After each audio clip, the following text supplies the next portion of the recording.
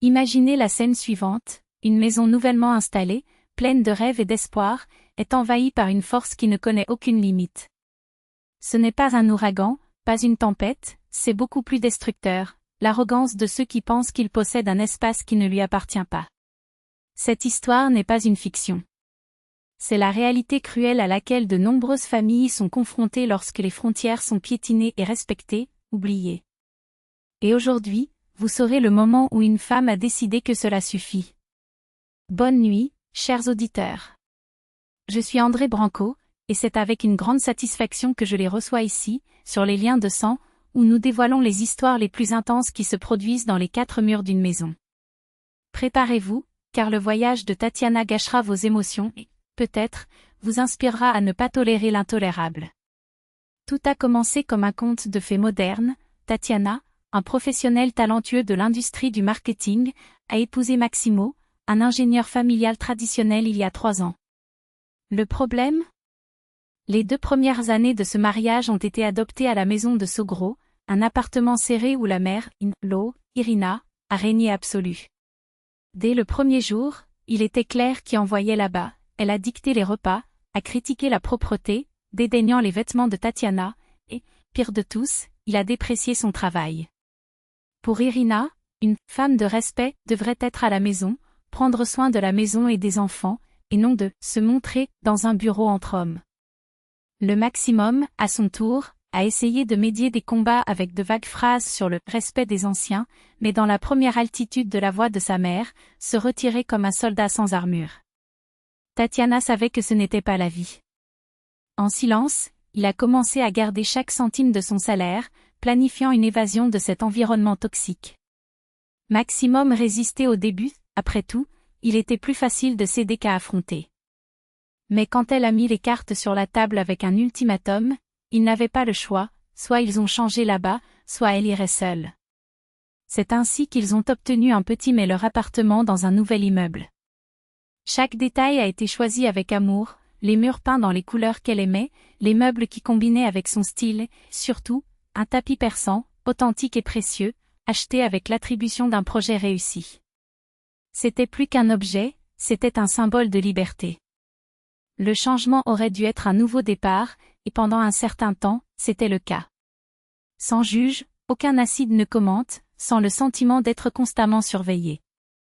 Maximum, sans pression maternelle, prospérer, gérer plus, parler plus, il semblait enfin vivant. Tatiana a respiré soulagée, croyant que le pire avait été en retard. Mais l'illusion était de courte durée. Irina n'a pas accepté que le fils s'échappe de son contrôle. Cela a commencé avec des visites innocentes, un gâteau ici, un pot de confiture là-bas, toujours sans avertissement. Puis il a commencé à apparaître à des moments absurdes, au milieu d'une réunion en ligne de Tatiana la nuit, alors que le couple était déjà en pyjama. Le pire ? Maximo avait donné une copie de la clé de la mère, par précaution, un geste qui à l'époque semblait inoffensif mais se transformait en une porte ouverte de l'enfer. Tatiana a essayé, avec toute l'éducation que sa création lui a permis de parler à son mari. Il a seulement demandé un avis, un peu de considération. Maximo a promis de parler à sa mère, mais les mots ont été perdus dans l'air. Pendant ce temps, Irina se sentait de plus en plus à l'aise, il est entré avec ses chaussures sales, a remué les armoires, a réarrangé la maison en possédant, et a toujours eu l'audace de critiquer les navires végétaux de Tatiana, ne ramasser que de la poussière, a-t-il déclaré avec dédain. Jusqu'au jour, la patience s'est épuisée.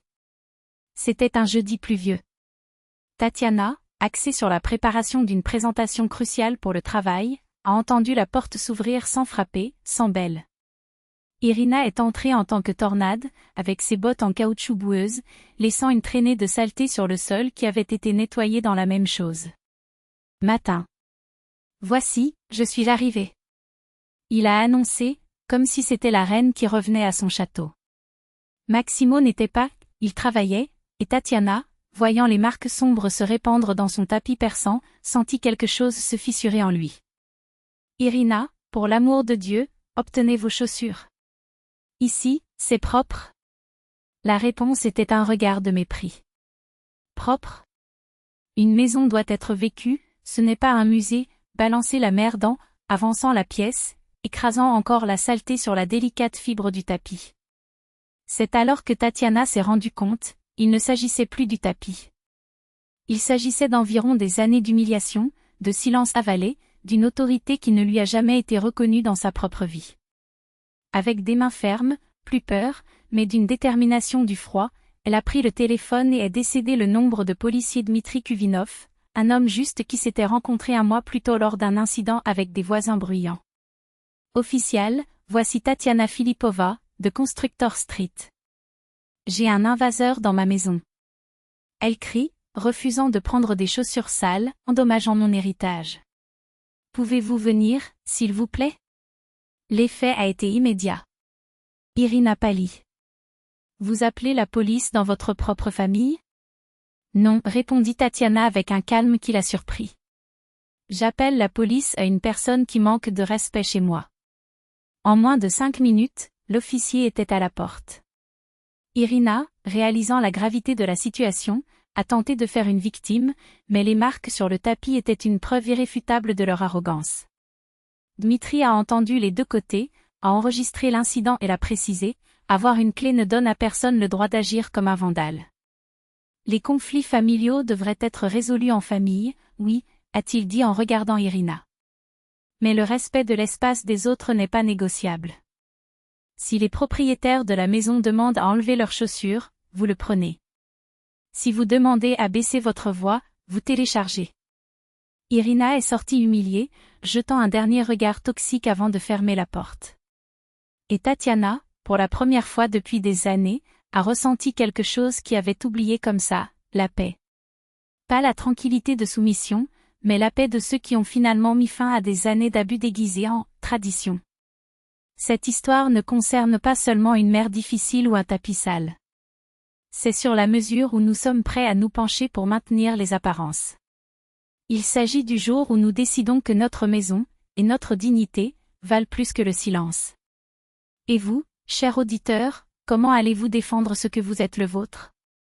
Alors que Tatiana a organisé les dernières traces de la bataille de ce jour, attendant que son mari vienne du travail, l'appartement semblait respirer soulagé, comme si les murs pouvaient enfin se redresser après des années pliées sous le poids des attentes des autres.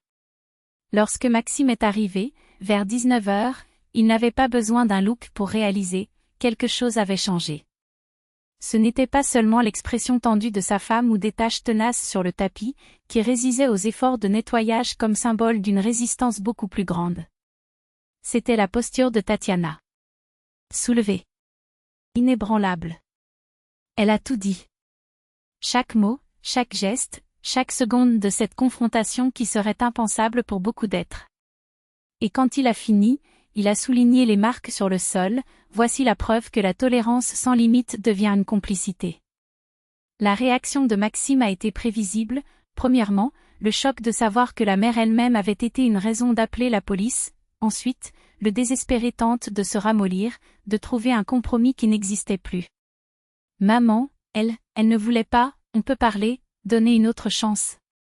Ces mots trébuchaient les uns sur les autres, comme s'il ne les croyait pas lui-même. Et Tatiana, avec un calme qui s'est effrayé, a coupé son discours vide. Maxime, soit sa mère apprend à respecter cette maison, soit perd le privilège de l'entrée. Sans préavis, sans clé, sans exception. Il a essayé de discuter. Il a parlé de la famille, de la tradition, du devoir d'honorer les parents. Mais sa voix a échoué, il a trahi l'épuisement des années avalant des grenouilles pour le bien de l'harmonie. Parce que, au fond, Maxime était également fatigué. Fatigué d'être le messager des accusations, l'otage émotionnel entre deux femmes qu'il aimait, une hors obligation, une autre par choix. Et c'est cette fatigue qui l'a fait silence lorsque le téléphone a sonné le lendemain. De l'autre côté de la ligne, le père de Tatiana in-law, avec un ton qui oscille entre la prudence et les excuses. Irina. Elle est très secouée hier. Ce n'était pas son intention d'offenser, elle n'était que nerveuse à propos du travail. Entendit Tatiana en silence, sans interrompre. Il n'y avait pas de colère dans sa voix quand il a répondu, juste une fermeté qui n'a laissé aucune place pour les malentendus, je comprends. Mais à partir de maintenant, les choses seront différentes. Visite uniquement avec rendez-vous. des chaussures à l'entrée. Et le tapis? Le compte de nettoyage professionnel va à ceux qui le salirent. Le père in-law était d'accord avec tout. Même lui, toujours aussi absent dans les conflits, semblait avoir compris, cette fois, ce n'était pas une blague. La présence du policier Dmitri Viktorovitch avait laissé des marques plus profondes que celles du vin sur le tapis. 2 semaines se sont écoulées sans un signe d'Irina Stanislavovna. Jusqu'à, dimanche après-midi, le téléphone vibra à nouveau. Cette fois, c'était elle.